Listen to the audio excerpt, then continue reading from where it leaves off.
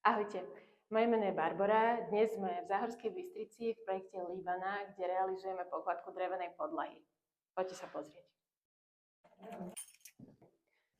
Máme komplikáciu. No, komplikácia je, že sa im niečo nezadarilo s podkladom a máme tu zreteľný týpel, ktorý sa ťahne už tu od chodbičky a prechádza do izby. Čiže riešenie je buď to tu lokálne prebrúsiť a zbytok tej izby vyliať nivelačkou, pretože je podstatne nižšie jak tento stúp.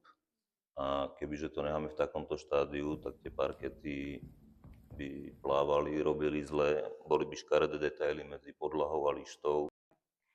Ideme tu realizovať pokladku drevenej podlahy, ktorej je značky Florid a jedná sa o dubovú podlahu, ktorá má olejovanú povrchovú úpravu.